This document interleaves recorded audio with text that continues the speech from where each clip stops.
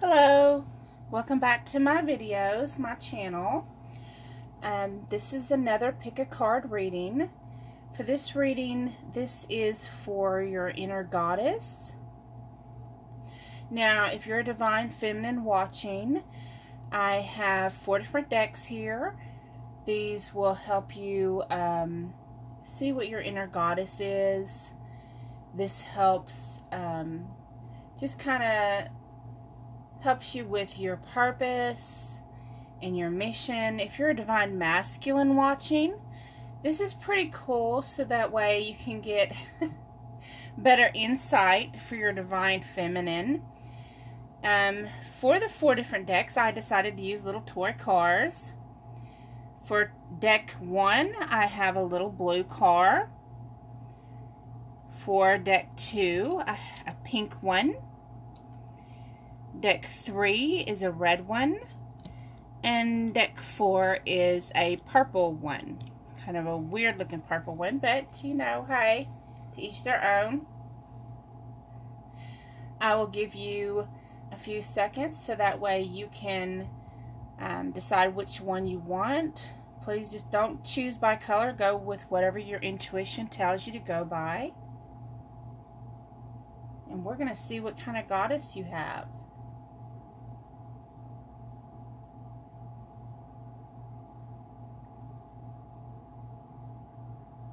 Okay, let's have fun.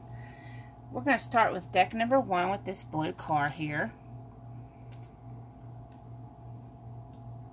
And for deck 1, let's see. We have Shaman of Skulls. So this goddess, so she is a shaman. She has went through many transformations. She has suffered many losses. She has grieved.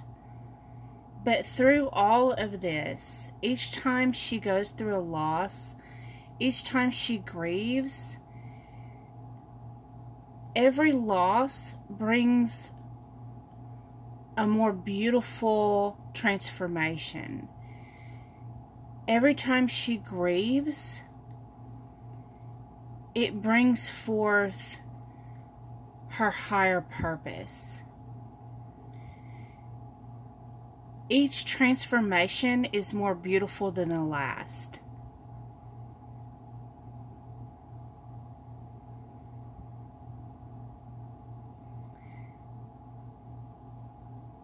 She has learned to become an overcomer.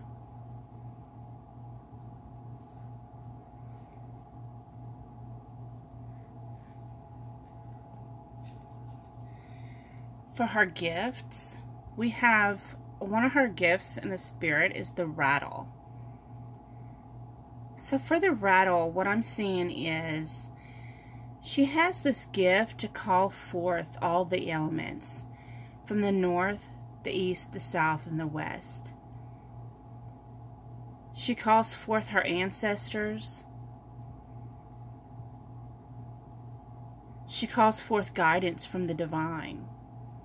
And she does all through compassion for other people. Because it's through her loss and her grief that she has learned compassion. And she has learned what other people go through, what other women go through. She can help motivate and guide other women. She can help guide and teach on how to follow each individual journey.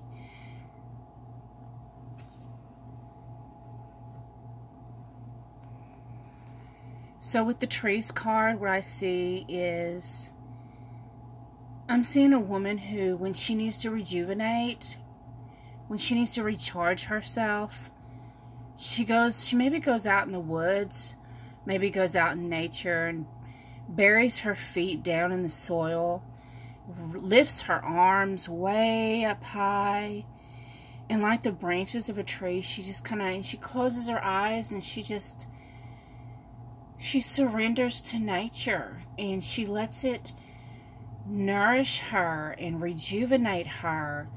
And it's so beautiful and uplifting. And that's how she charges her battery, her inside, her core, her spirit, her soul.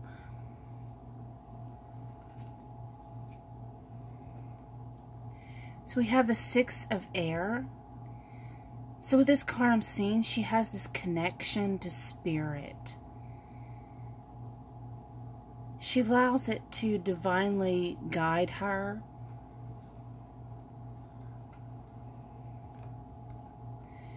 And with it you have the Six of Earth. So with her gifts through spirit, she uses these gifts to serve humanity, to serve other people. And through serving, we have the Seven of Earth. So she used the serving in her gifts through spirit for healing and nurturing other people. Maybe even I'm seeing teaching. She's also teaching them how to connect with the divine. That's beautiful. It's always beautiful to serve others instead of ourselves. Now for her inner shadow, her dark side, her shadow side, what she may not show you, the Four of Swords. This is her alone, sacrificed on an altar. This represents loneliness. Now the life of a shaman is a life of loneliness. It can be lonely, but it doesn't have to necessarily be lonely. Because the life of a shaman, you learn through all your losses, all your transformations, to let go of attachments. So she's grown past the need to have those earthly attachments. So it's maybe something she doesn't share, is that on her journey, many times she is alone. She is by herself. But I'm hearing too that sometimes, just like when she goes out in nature, sometimes being alone, she finds comfort in it sometimes. So that's the part of her that she doesn't talk about. She doesn't speak about. You don't know that she spends a lot of her time by herself. And she has the Choice card. Now this is from the Whispers of Healing deck.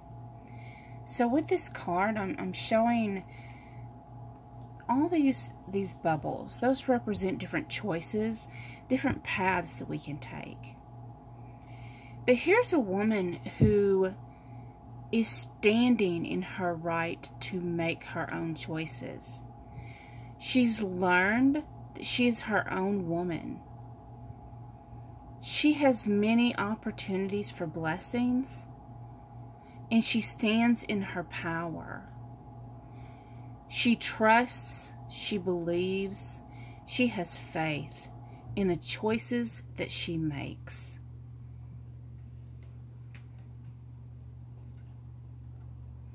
In her Rumi card, she got, this is so beautiful. And it just so flows with the whole reading for number 1. It says, beyond death, life. Look at that. She's standing in her light. She's so beautiful. And the divine shines down on her. This is a very powerful woman. She has, through all this transformation, she may have went through so many shifts. You know, we talk about these shifts a lot. There are different waves of us going through different shifts. This woman here, she's went through many to be the woman she is now.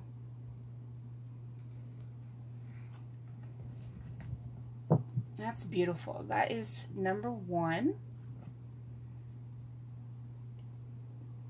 Now, if you chose the pink vehicle for number 2, let's see here.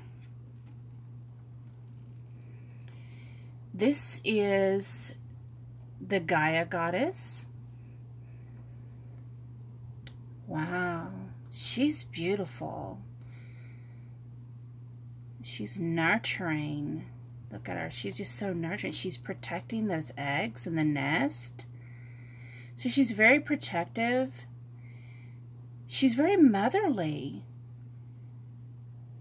So Gaia is, you know, another word that we use sometimes for Earth, for Mother Earth. So she's very motherly, like Mother Earth. Very nurturing, very loving. Shine on our shirt. So what I'm getting from that is she's just radiates so much love that when she walks in a room, it literally changes the vibration. That is magnificent. That is so magnificent.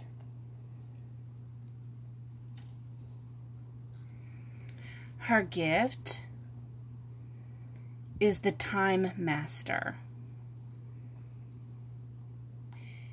Now, the concept of time, linear time, is a third-dimensional concept.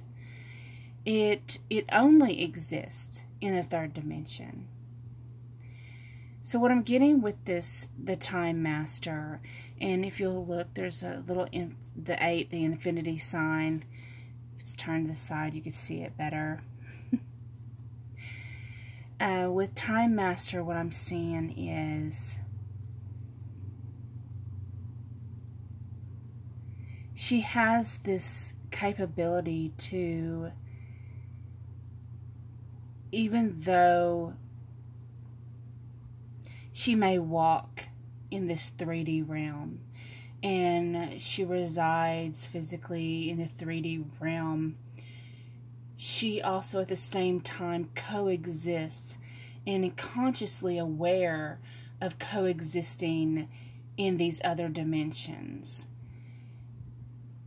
In my mind, I'm seeing like her consciousness like an elevator where she can just go up to a higher dimension, and she's able to see and hear and communicate in these other dimensions. That's amazing.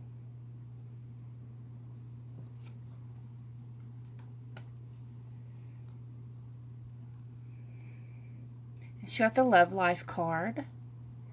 So again, with this person who's very motherly, very loving person, she just seems to blossom. She just seems to blossom. I'm hearing unconditional love. I'm just hearing that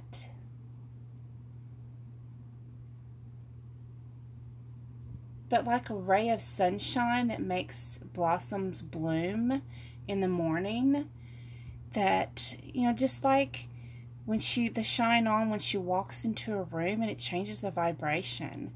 She just makes people blossom. Yes, that's beautiful. Okay. Now I have it. I got it. And she's the Queen of Water. So the Queen of Water represents someone, again with what I've been saying, someone very nurturing, very loving, very protective, and again nurturing. Just she's in tune with her emotions. So this is a water sign probably. She's probably a water sign, either a Capricorn. I'm sorry, not Capricorn. I don't know why that even came in my head. She's a Cancer, Pisces, or Scorpio. Probably with the crab, she's probably a Cancer sign, but she doesn't have to be.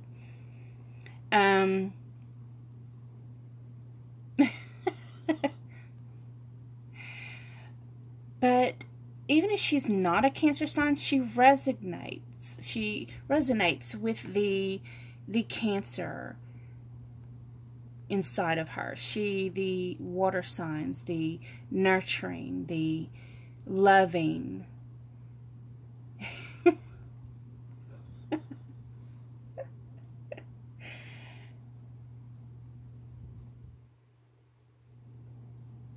Like that's her main personality, is just, yeah, she's just full of love, just full of love. Okay, and then we have the Six of Water.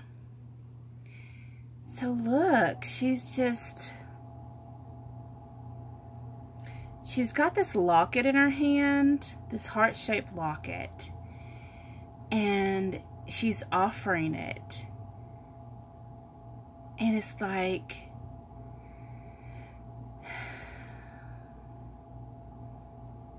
she's got this serene look on her face. She's offering this unconditional love with no expectations. It's just a gift that she gives.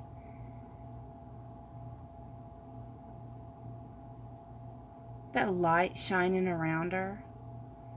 She's just this light in the darkness, just offering this love. And then we have this Five of Fire. So this card represents chaos, rivalry.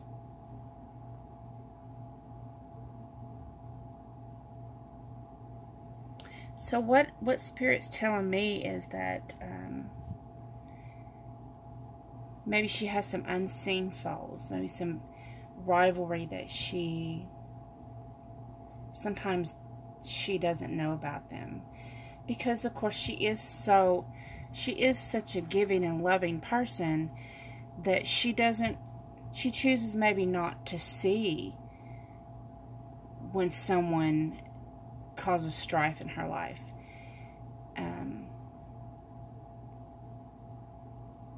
And she comes from such a pure intention that sometimes these people, and they come in her life and they cause her, they damage her reputation sometimes.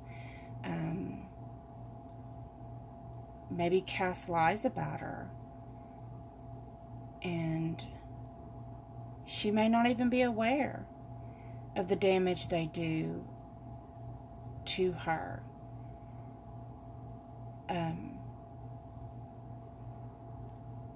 Because her intention is to give love and to be pure with no malintent.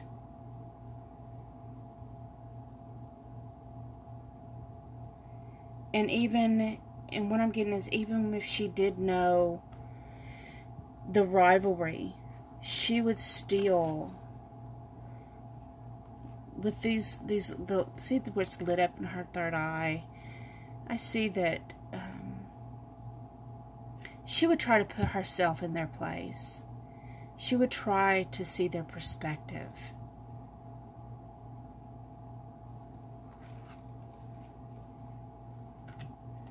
Let's see, her shadow side.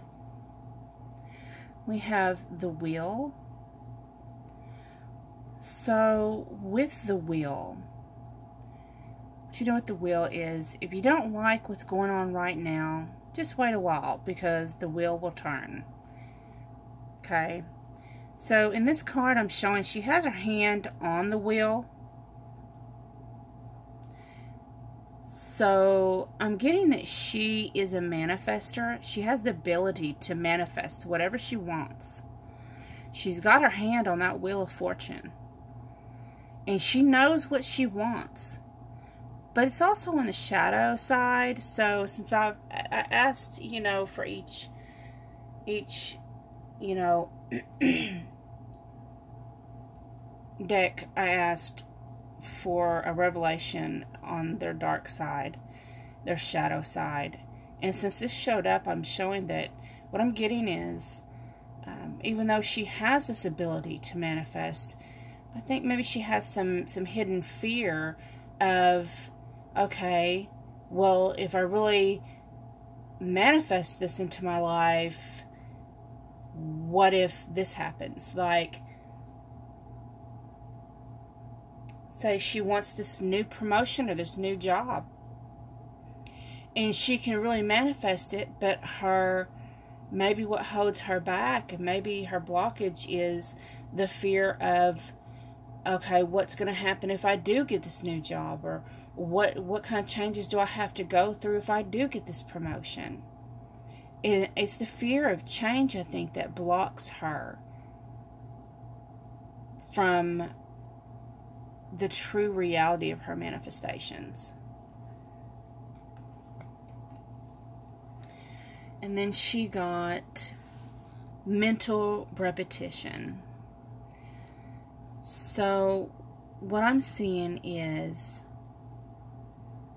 again, with the tree, she's nurturing and she's protective and she likes to provide shelter. But it is mental repetition, so I'm getting with this that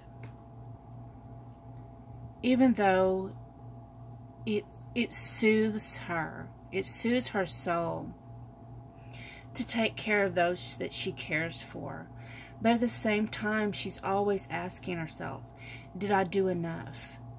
Do they need anything else? And she's always worried about those she loves.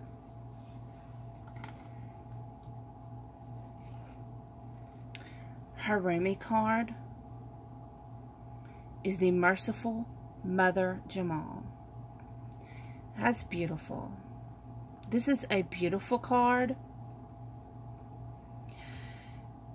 because Mother Jamal is someone who when she prays, she has a powerful prayer life.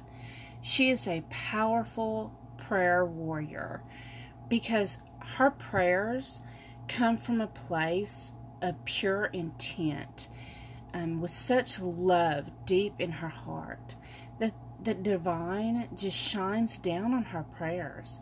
Her prayers get answered.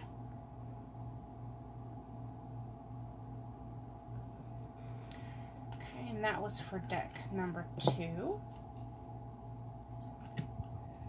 So if you picked deck number 3, this red card,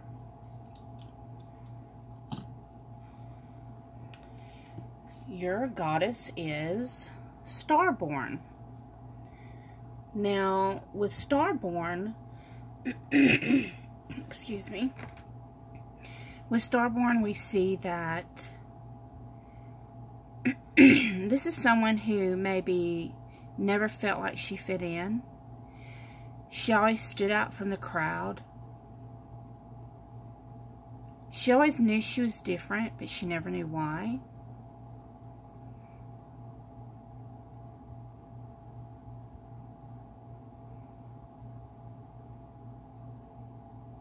But she truly dances to the beat of her own drum.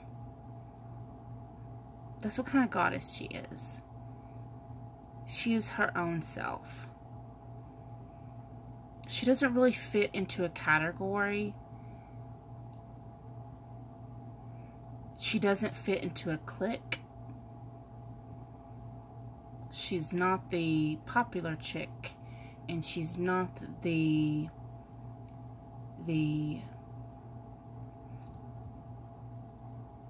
cheerleader or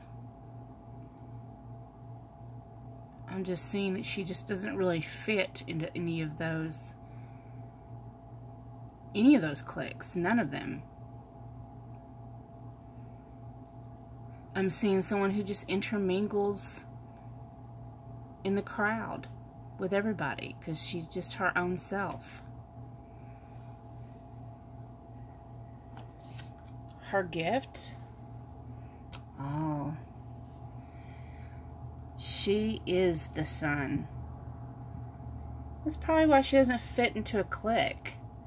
Because when she walks into the room, she radiates such a luminosity that all the attention is riveted onto her. Just her essence alone demands attention. Because she's star-born. She's the sun. She's the star that's so bright. She is the sun.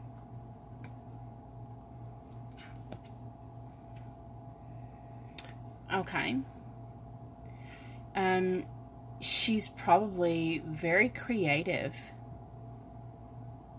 And just like the sun, when the sun is shining, it helps nourish life on earth.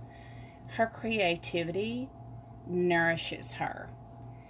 She may be talented in music or singing, but I'm also seeing maybe painting, drawing, and actually what's coming to mind right now is tattoo. So she may be talented with tattooing.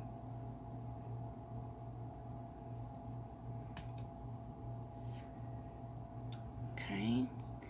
We have the King of Fire. So this is a masculine card. So maybe she does walk in her masculine energy a lot. But most important, this card represents someone who walks in their fire element. And it has a lion. So I'm seeing that possibly this could be someone who is a Leo. They don't have to be a Leo. They just may actually just walk in their... They may have a fire sign as their sun, moon, rising, or even their Venus.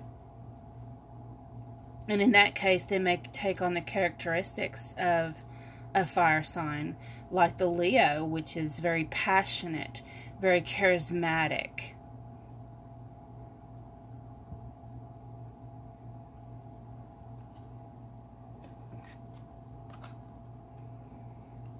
Okay, then you have the Six of Fire. So with the Six of Fire, we see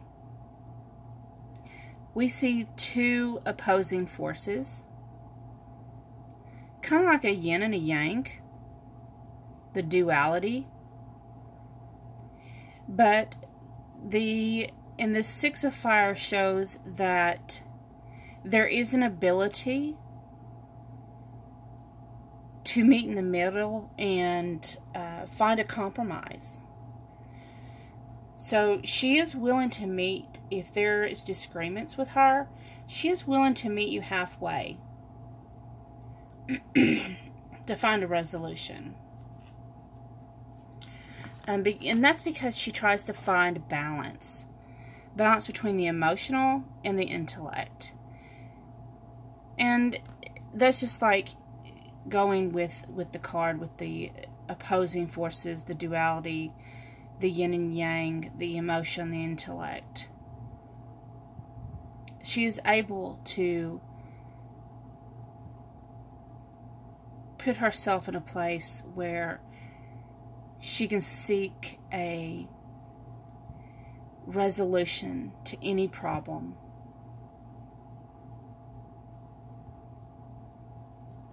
She's willing to do that. Her shadow card is the Five of Chalices. Now the Five of Chalices represents mediocrity. So her fear, what she can't stand, is the ordinary, the mediocre, the everyday mundane. Look at those claws extended. She will fight her way out. If she's, what I'm hearing is if she's in a relationship and it's in a rut to where it's just the same thing in and out every day. That kind of lifestyle, it drains her energy. You know, some people can rest and relax, but not her. She's too passionate for that. This everyday mundane, that just drains her. She fears that.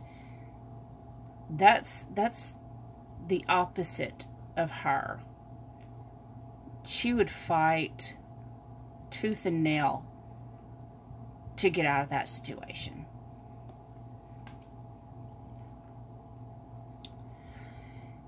And she got hidden blessings. So in this card, I'm showing, it's kind of dark. It's kind of a dark card. But she's kind of peeping in to like this hidden world. And there's only a few little critters here that's invited to peep in as well. So what I'm getting in this is that there's not many that she allows into her hidden world. But when you are invited and she does allow you in, that it is a very special blessing. It's very rare.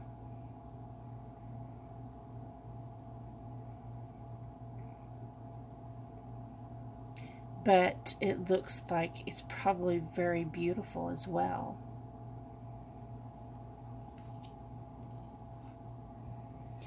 And then her Rumi card is Passion for Purpose. She's already a very passionate person, but this card tells of someone who's found their purpose. And with finding her purpose, it has fueled her passion even more, and it has given it direction. So she now has direction for her passion. That is amazing, because there are many people out there who don't even know what their purpose is. But she knows her purpose, and she's ready for it. Now, for those of you who chose the last group with the purple card, okay, your goddess is wild and free. All good things are wild and free. Okay, so this is a feminine who cannot be tamed. She has her own mind, her own values. She walks in her own truth.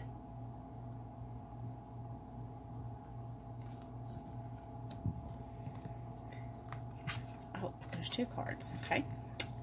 So, her gift. Okay.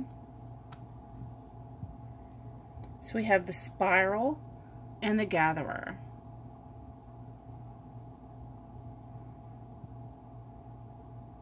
So what I'm getting with the Spiral is the ability to manifest. But I'm getting that maybe she may not even be aware that she's a manifester. I'm getting that maybe she doesn't understand why sometimes if she speaks something aloud and then all of a sudden it just happens. Like, whoa. I was just thinking this was going to happen yesterday. And then look, it happened. Like, she's driving down the road, she's thinking, oh, I just have a bad feeling something's going to happen to my car tomorrow. And the next day, she's got a flat tire. She's not realizing that she's doing that. She doesn't realize that she's the manifester. But she needs to change the direction of her thoughts. She needs to change that pattern into higher vibration, positive thinking and vocalizing. Because when she does, Source says, with the Gatherer card, she is going to manifest abundance. Because she's not just any kind of manifester. She is a master manifester.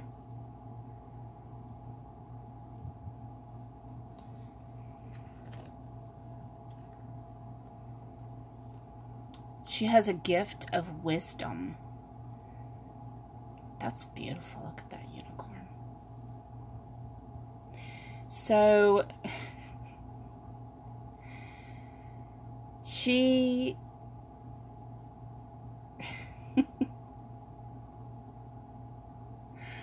Okay, I guess because it's the horn I'm seeing. She has this, with this wisdom, she has this ability to cut through the bullshit. She can see through it. I'm thinking she can see past the illusion of people's behavior patterns. She can step outside the box and put pieces together that maybe other people are missing, what they're not seeing. She can see it.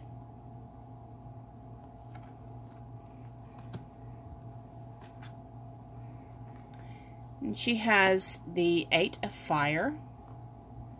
The 8 of Fire represents transformation, which of course has to do with manifestation. But with the transformation with the 8 of Fire card, it's kind of like repurposing, rebirth. It's taking something old and making something fresh out of it. You know, like when someone, say you put an old coffee table out by the road and someone else comes along and gets it and they repurpose it and refinish it, kind of, okay, turn it upside down and make it into a little inside doggy bed, like you can see on Pinterest. That's what kind of transformation this card is. It's taking something that other people don't see the use for and transforming it into something beautiful. The Queen of Air. So the Queen of Air prefers to think with her logic instead of her heart. But the thing about this is she is connected with spirit. And she gets downloads from the divine. So she gets these downloads from the divine through her connection with spirit. And it is through that I believe that she's able to transform the old into something repurposed, into something new.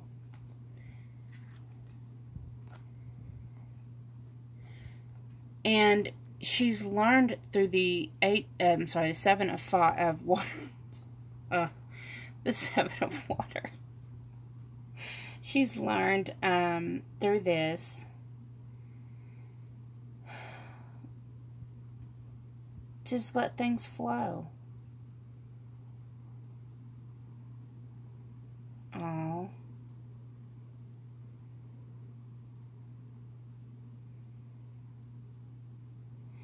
Spirit has taught her that if it doesn't serve her, to just let it go.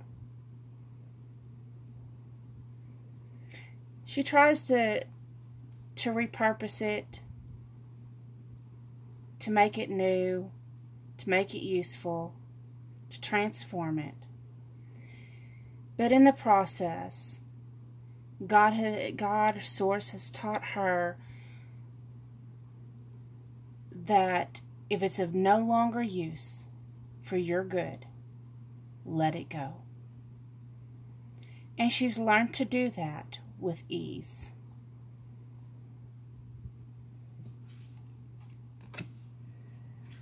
And her shadow card, let's see, the Ten of Wands. So the number 10 is a completion card, and Wands has to do with passions. And with this, I'm seeing she has all these red markings all over her skin.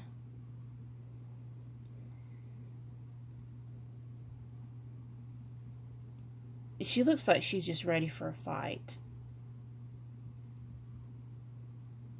So with her shadow side, maybe she's scared of her own anger, of what her own anger would lead to. But at the same time, this is a completion card, and she's had a lot of transformation in her reading. So I'm seeing that her inner resentments and angers have transformed. She's learned how to transform that energy into something useful, something useful and good for her. You know, what we see as negative within ourselves is sometimes a treasure that needs to be unlocked. Because the energy that she used in anger, she's learned to transform for her own protection, her own psychic protection, her own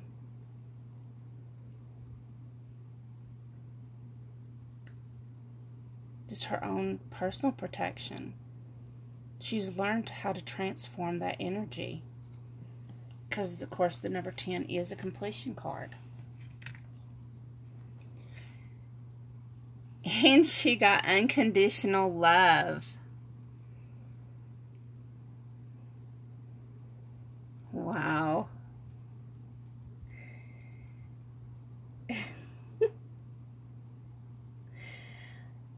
But what I'm learning is, what I'm hearing and learning is she's learned to unconditionally love herself.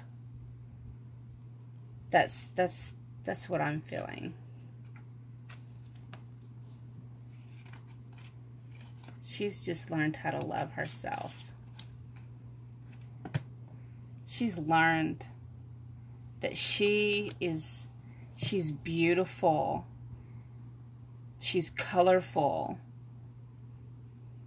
She's got that inner spark. Because you can't unconditionally love someone else if you can't unconditionally love yourself. And then her Remy card, Sacred Soul Sister.